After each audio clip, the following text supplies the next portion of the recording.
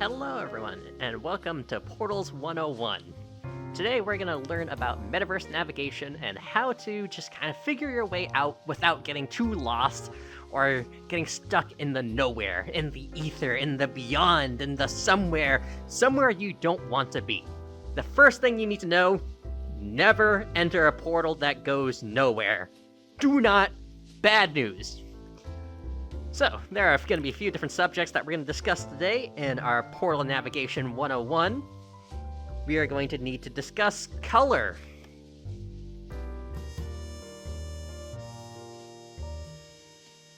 We're going to need to discuss the edges.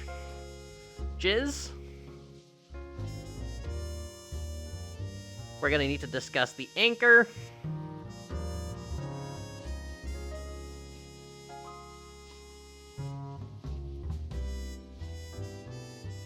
And we'll start with those, and then we'll additionally add runes as a little bonus.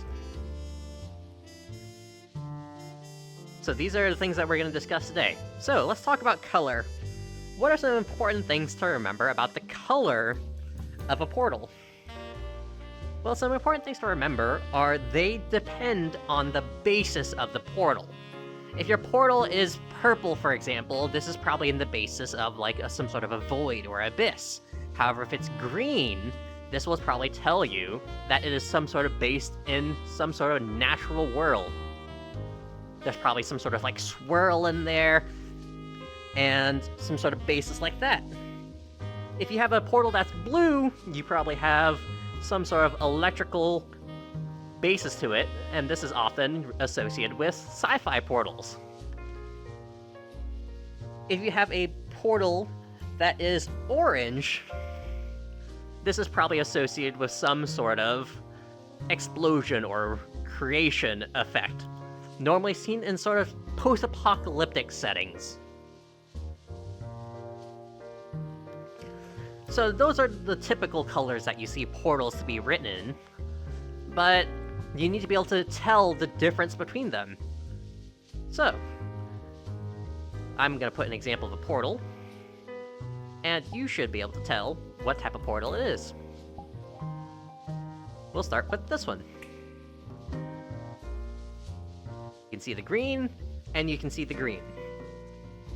You should be able to tell that this is a nature-based portal based on kind of the coloration inside of it, and the shapes that go on the inside. Now, edges, we need to talk about edges. The edges of a portal determine whether it is more stable or not. If the portal is a perfect circle, that is a very stable portal. That means that it should take you to your destination without very much leeway in where it takes you. However, if the portal of your edges have multiple layers to them, and they go around in multiple ways, that is probably a more unstable portal, and it is a lot more dangerous to go down it. Although, the worst type of portal that you can experience is one where the edges are not defined. If you cannot figure out the edges of a portal, you are probably in a dangerous location and you should not be there. There's probably something that might come out of the portal on the other side, because it does not have a proper location defined. So let's talk about anchors. Anchors are things that help portals determine their propensity for location. Anchors can help you figure out, will you go where you need to go, or will you not? I'm going to draw 3 examples of a portal here, and I'm going to add some anchors. One example of type of anchor you might find are something that could be in a 5-pointed star, or some other thing, where they are literal anchors that, through a combination of how they interact with each other, force the portal to go where it needs to go. However, you might have anchors that determine the reflection of the portal. So maybe not where it's supposed to go, but where it's supposed to lead. This helps you determine a looking plane. helps you see. Now, other anchors you might see have this tends a swirly effect. This tends to be for more magical aligned things rather than ritualistic or spiritual.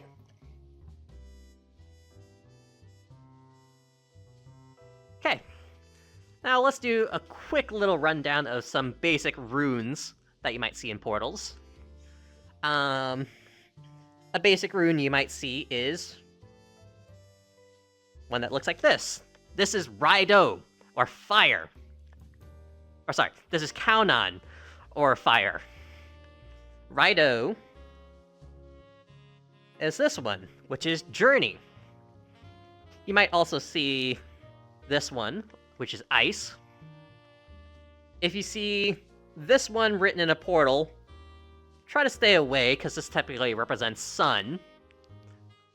These are commonly Nordic alphabets. So they have a basis in Nordic languages. A lot of portals base themselves on this type of criteria. So, the color determines the nature. The edges determine the stability. The anchor determines how well you can see and reach your destination, while the runes, as a little bonus, can assist in the anchoring. This is all we have time for today for Portals 101, but hopefully you'll come and join me for Portals 102.